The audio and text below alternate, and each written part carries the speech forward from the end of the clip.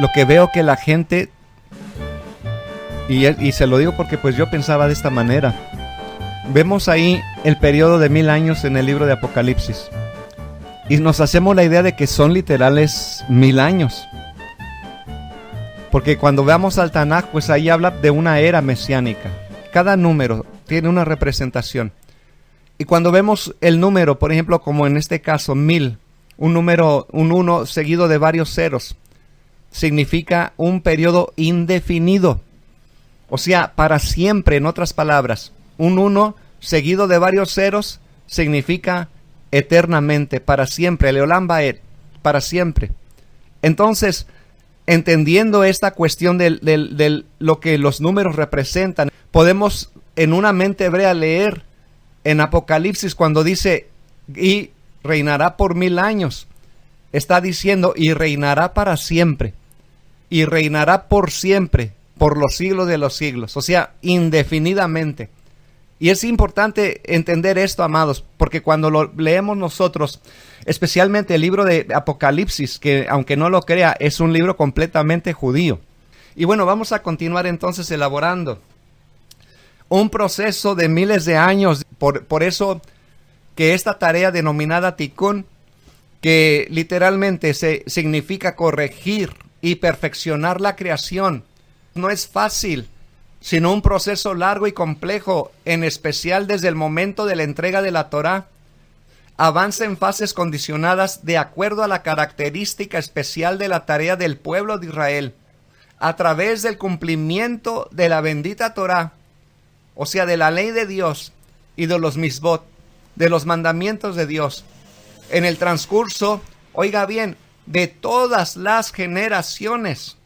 O sea, en otras palabras, desde nuestros padres Adán y Eva, ha comenzado esta corrección, este tikkun, desde los principios. Nunca ha habido un tiempo en que no haya habido alguna persona que haya entendido este concepto, al menos algún justo,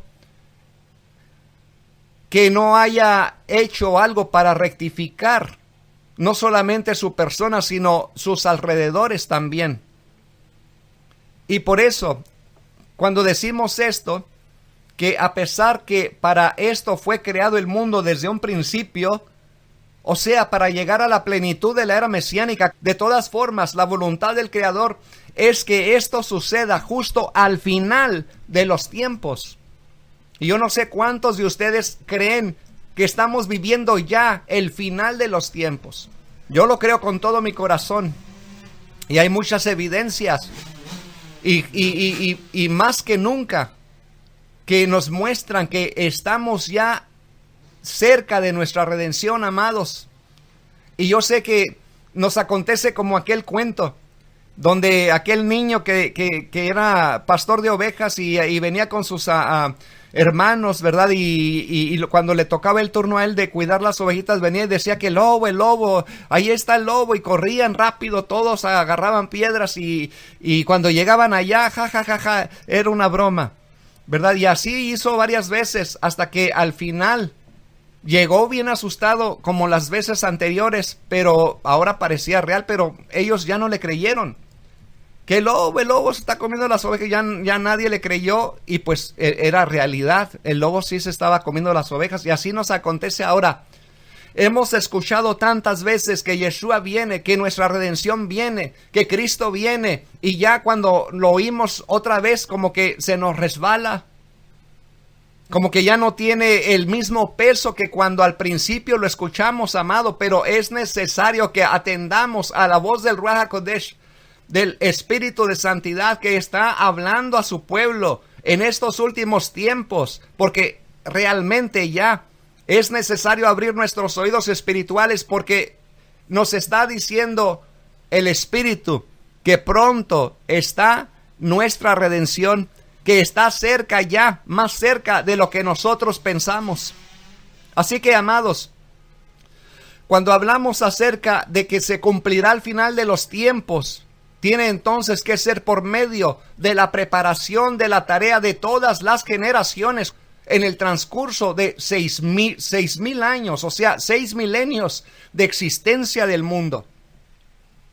Y como está explicado en las enseñanzas de nuestros hermanos de Yehudá, que cada uno de estos milenios está relacionada, oiga bien, o relacionado con cada uno de los 6 días de Bereshit, de Génesis.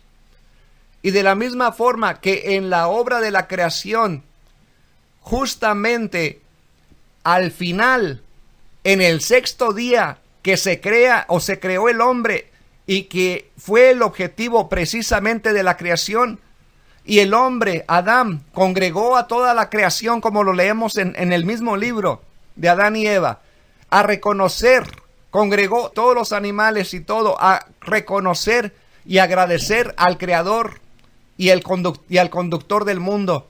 Y así también con respecto al 6º milenio.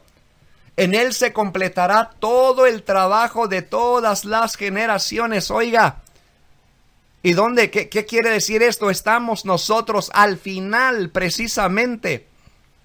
Y así es como se ha rectificado el mundo, por medio de todo el trabajo de todas las generaciones. Y al final, entonces será la llegada del Mashiach, que traerá a todo el mundo al reconocimiento del Creador, oiga.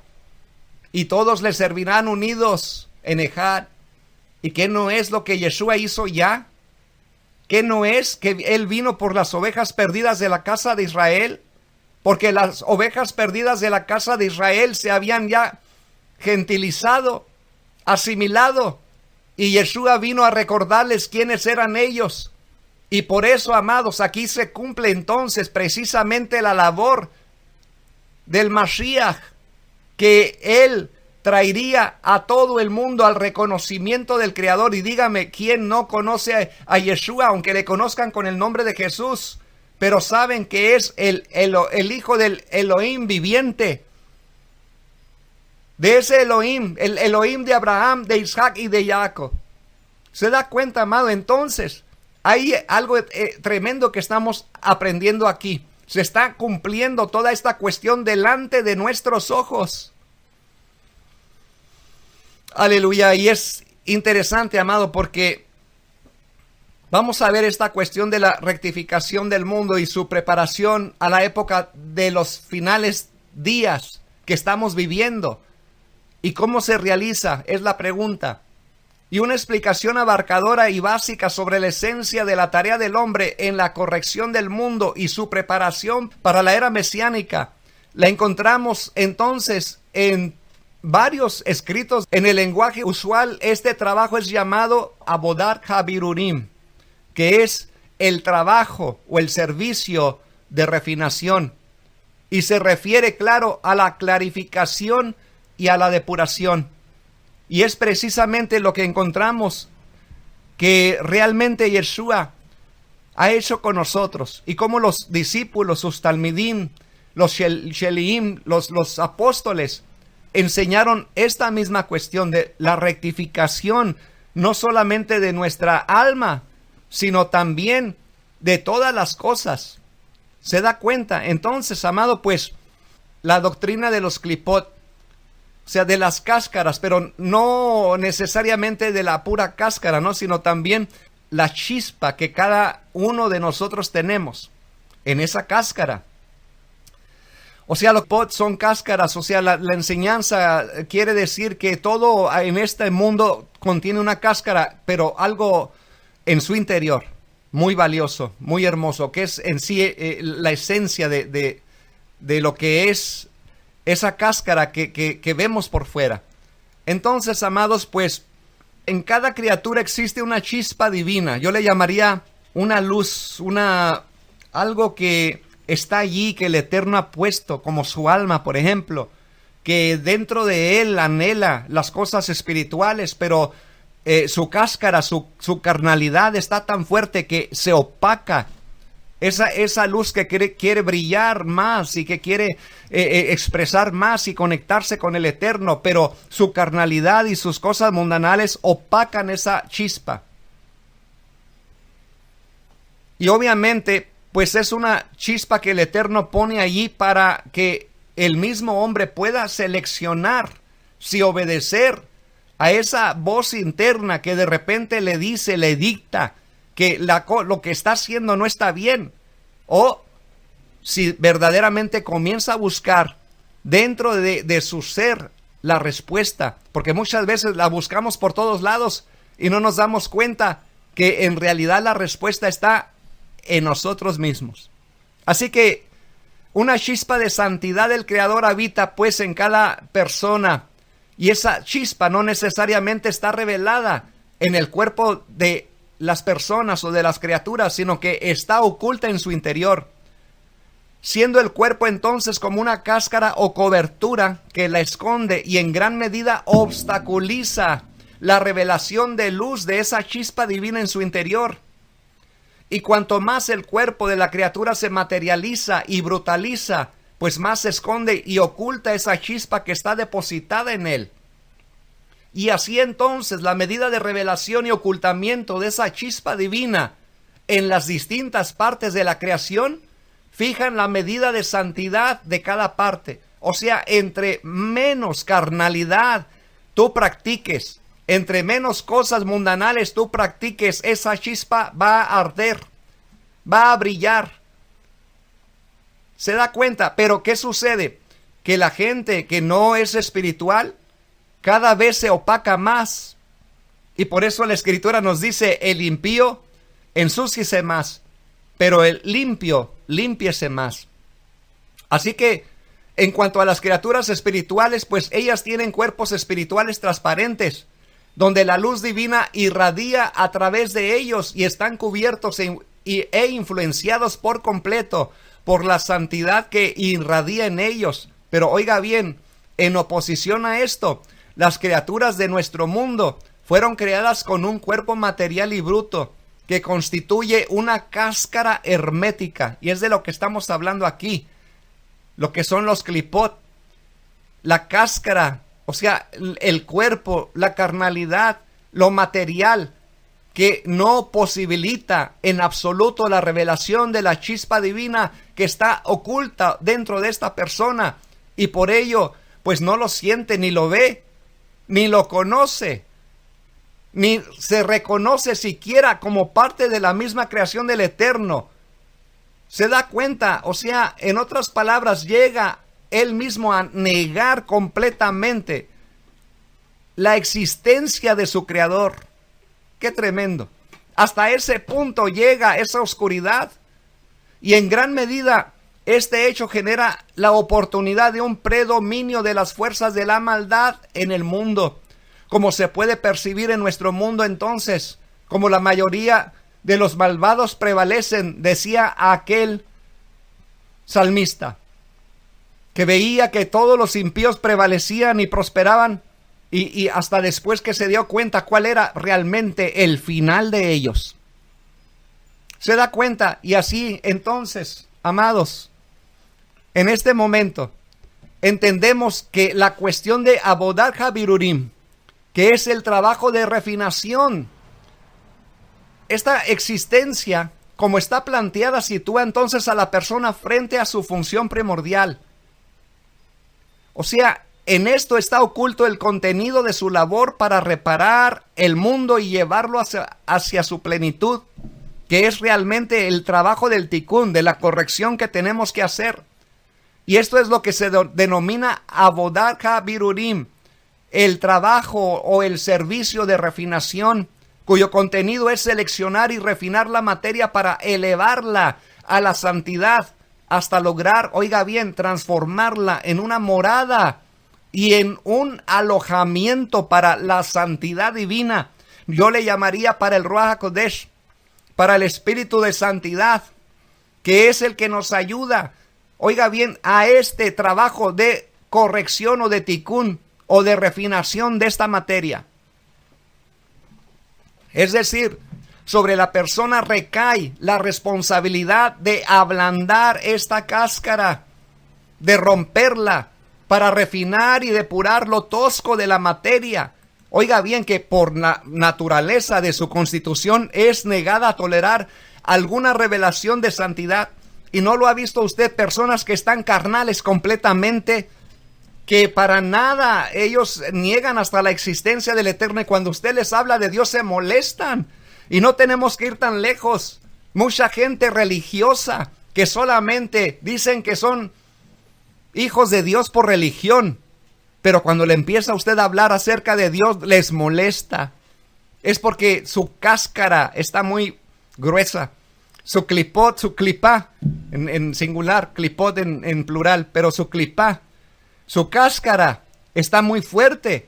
Se da cuenta, pero nosotros debemos de purificar estos componentes negativos de la misma cáscara de la que estamos hablando, hasta poder crear un contacto entre la materia refinada con aquella fuerza, la chispa divina que palpita dentro de toda la creación, hasta hacer prevalecer la dimensión interior de la materia sobre su tosquedad y elevarla a la santidad. O sea, en otras palabras, a dejar la carnalidad, a dejar estas cuestiones materiales que nos están opacando la verdadera revelación del Kadosh Baruj Hu, del Santo bendito sea.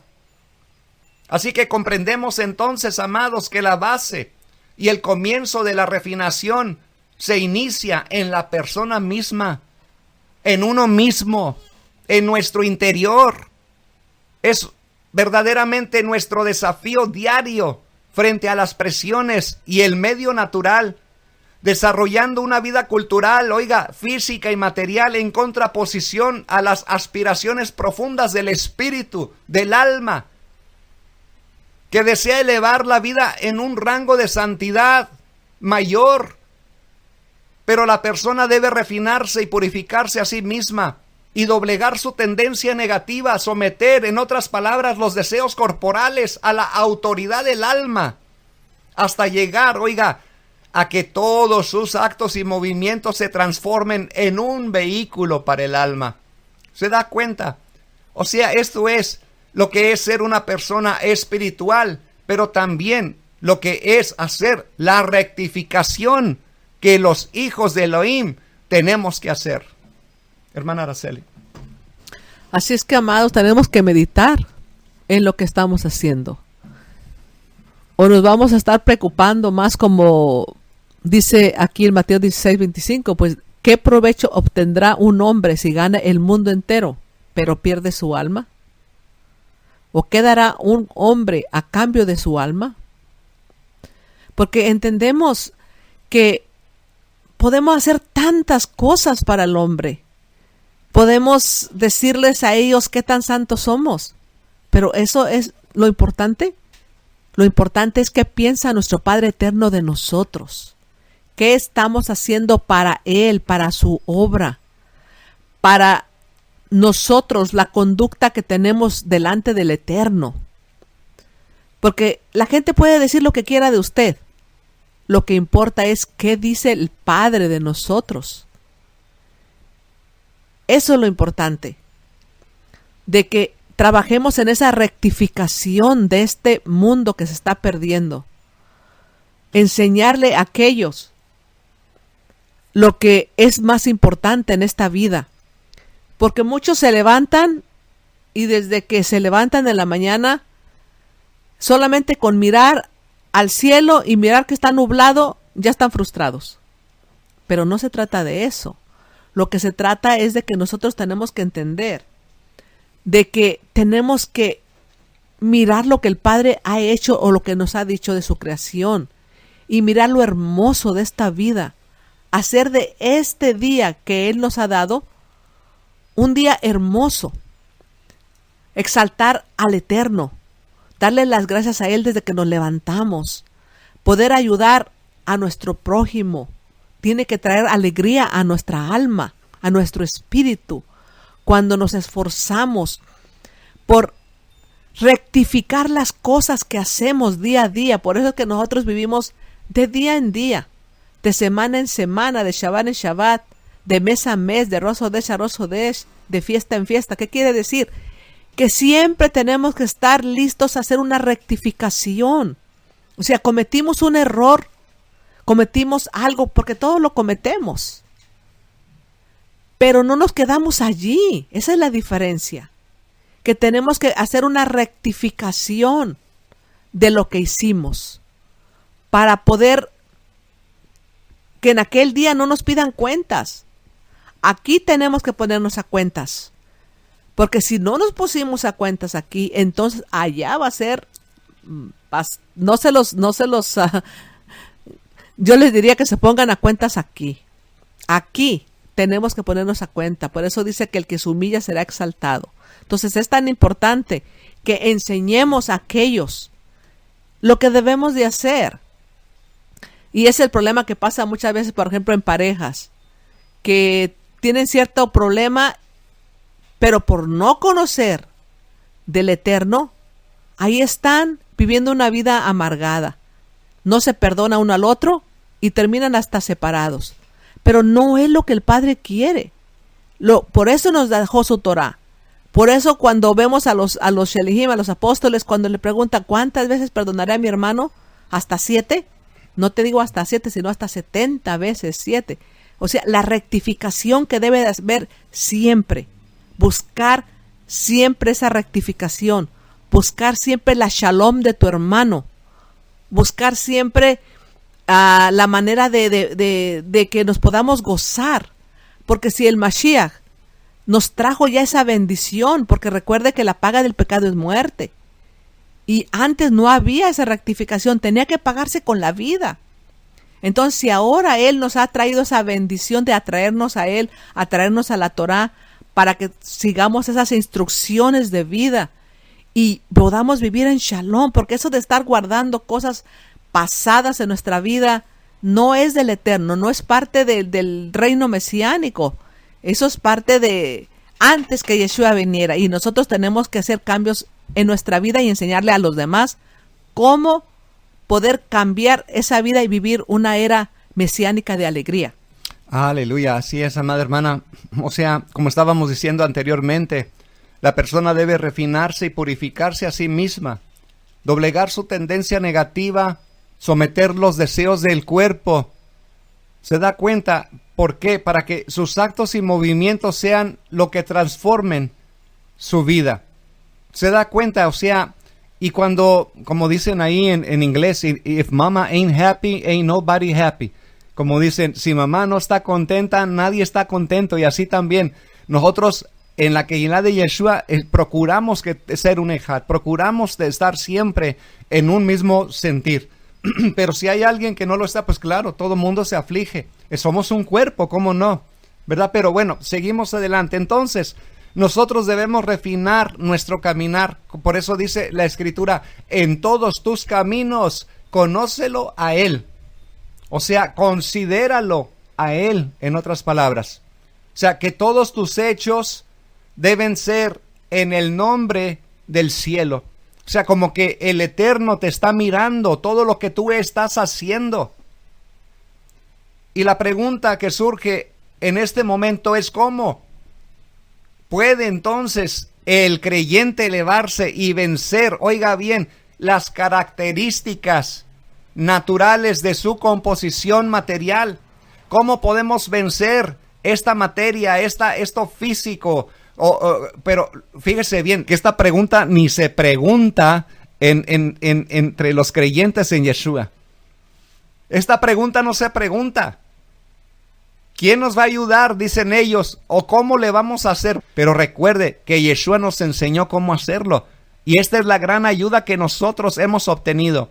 Que Yeshua nos enseñó el camino, cómo practicar los mandamientos para refinar nuestra alma. Por eso Él dijo, mis mandamientos no son gravosos, y si quieres entrar al reino de los cielos, guarda los mandamientos. Y todo lo que estamos hablando aquí, que me hace tanto eco a lo que nuestros los apóstoles, los Shelihim, nos enseñaron. Pero bueno, vamos a continuar. Entonces, como se explicó en la primera parte de este estudio, de esta serie, la Torah en esencia es la Torah de Elohim, una Torah divina que está fusionada con la sabiduría y la voluntad del Kadosh Baruj Hu, del Santo bendito sea. Y con todo esto, a pesar de que en su esencia profunda la Torah está completamente separada de las variables y conceptos del mundo físico, ella no fue dada, oiga bien, a criaturas celestiales como los ángeles o algo parecido, serafines, querubines, sino que descendió de su nivel superior hasta que se comprimió y se invistió. Se tradujo, oiga bien, en conceptos y palabras humanas para poder ser entregada en la tierra y cumplirse dentro de un mundo físico. Y esto fue precisamente lo que Yeshua estaba diciendo cuando él dijo que él era la misma Dabar Elohim, la misma palabra del Eterno, que él no hablaba sus propias cuestiones, sino que hablaba lo que escuchaba hablar del Padre. Y así debe de ser nuestra vida también, que en nuestra vida solamente existan palabras de Torah, palabras de, vamos a decir para que me entiendan los que no conocen hebreo, palabras, las palabras de Dios, los mandamientos de Dios, y vivir una vida en santidad, que es, en otras pocas palabras, lo que están diciendo aquí nuestros hermanos hasídicos. ¿Se da cuenta? Y es porque la finalidad de la Torah y los mandamientos, los preceptos del Eterno, tienen como propósito producir la refinación y depuración del ser humano y del mundo, y atraer, oiga bien, y descargar en ellos esas chispas divinas, esa santidad divina, ese caminar intachable. Porque, oiga, ahorita todo el mundo en la religión dicen que no pueden cumplir los mandamientos, y que si fallan en uno que ya están condenados y que no sé cuánto. Pero hay muchos evidencias, tenemos evidencias de que había personas justas en los tiempos de Yeshua. Oiga, había personas que eran intachables en cumplir los preceptos del Eterno, porque se pueden cumplir. Imagínense si el Eterno nos va a dar algo que nosotros no podamos cumplir. ¿No sería esto alguien muy malo que te dieran a cumplir algo, un mandamiento, y que fuera imposible? Eso, imagínense. Pero bueno, entonces es una parte importante esta cuestión y fundamental de los preceptos que se relaciona con la vida material del hombre, o sea, su trabajo, oiga, su alimentación, su vestimenta, la vida, la familia, como estuvimos viendo la semana pasada, la clase primera, y no sé si lo mencioné, pero hablando acerca de la definición de la palabra Naseh Benishma, cuando el pueblo de Israel escuchó las palabras y que pidió que Moisés fuera el intermediario, pero dijeron algo después de escuchar a Moisés: Naseh Benishma, haremos y después aprenderemos. Y a esto se refiere, que en este tipo de preceptos que se relacionan con la primer parte, Naseh, haremos, porque lo entendemos, estamos viendo lo que el Eterno nos pide, cómo conducirnos, cómo comer, qué vestir y todo eso. Pero ¿qué vamos a aprender en el camino? Lo espiritual, la profundidad de la bendita Torah. Entonces, por eso una parte importante y fundamental tiene que ver con los preceptos que tienen que ver con la forma de conducirse el hombre y cómo se desarrolla en su ámbito. Por ejemplo, vuelvo a repetir, su trabajo, su alimentación, su vestimenta, su misma vida y la familia. Y a pesar de que la mayoría de los preceptos están relacionados en apariencia con la vida espiritual del creyente, aún así se cumplen con una acción física justamente. Y por eso es importante entender que cuando hacemos algo físico es porque está conectado con lo espiritual.